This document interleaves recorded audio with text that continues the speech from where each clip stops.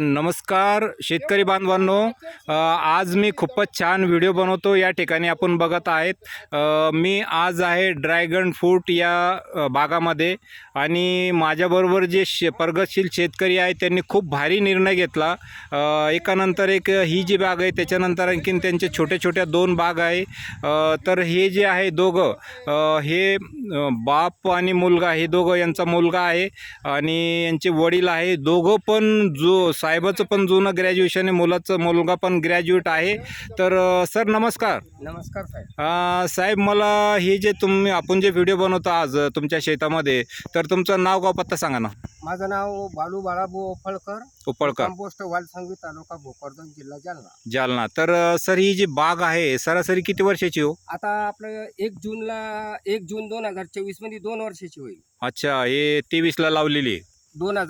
1 जून 2022. 22ला म्हणजे 2 वर्ष कंप्लीट होणार आहे. Yes yes yes. आणि सर हे माल जे आहे तर किती वेळेस घेतला तुम्ही आता? आपल्याला पहिल्या वर्षी एका वर्षात मालाला सर, हां, आणि आपल्याला उत्पन्न झालं 58 क्विंटल 65 किलो. म्हणजे किती लाखात झाला सर? आपल्याला तो झाला 5,80,000चा. म्हणजे खर्च मला पण काय झाला. बोलायचं, खर्च जे जवळपास 5 लाख लावलेलं निघून आलं, बरोबर आहे. आहे का नाही? मग आता इथून पुढं किती वर्ष वय काय असतं या आता झाडाचं? याची 20 ते 25 वर्ष कोणताही खर्च येणार, लाईफ याची. फक्त काय निंदणी खुरपणी तेवढं? बस बस बस छोटी मोठी हो, मेहनत करावं लागेल. मग ते तर पाहिजेच ना, बरोबर आहे ना. आपण जसं इतर खर्च काही नाही त्याचा आता. इतर खर्च काहीच नाही. काहीच नाही राहणार. बुरशीनाशक ते काय आता ते अधूनमधून मारले नाही, एकदम खतं तर फवारणी. बघा त्याचं वाढीसाठी खतं पाहिजेच ना हा, थोडंफार, तो ते जे काय आपण असं. हे देतो साहेब, दाणेदार फॉस्फेट आणि गावरान खत कंपल्सरी द्यावं लागतं. आणि सेंद्रिय शेतीचं काही प्रकार असेल, जैविक शेती असं काही, जे कंपोस्ट ऑर्गॅनिक वगैरे देतो आपण. ऑर्गॅनिक वापरता तुम्ही, बरोबर आहे. ऑर्गॅनिक बी देतो. मग मला काय बोलायचं, पोपळे साहेब, याच्यामध्ये शेतकऱ्यांनी याच्या ड्रॅगन फ्रूट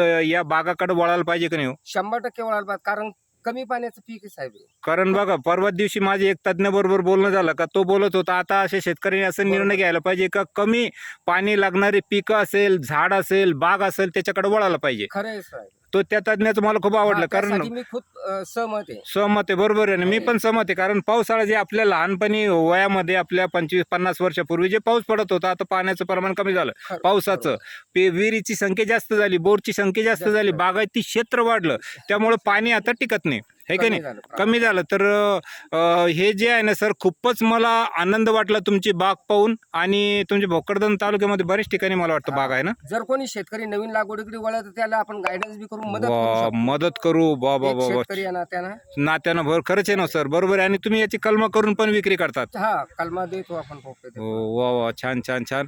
तर शेतकरी बांधवांनो, मी व्हिडिओ टाकणार आहे ऑनलाईन, तर तुम्ही याचा फायदा घ्या. असेल काही अडचण आली मला संपर्क करा, मी साहेबाशी संपर्क करून देईल. सर, पोपळे साहेब, वेळ दिल्याबद्दल धन्यवाद, माहिती दिल्याबद्दल धन्यवाद, खूप खूप धन्यवाद सर. ओके, धन्यवाद.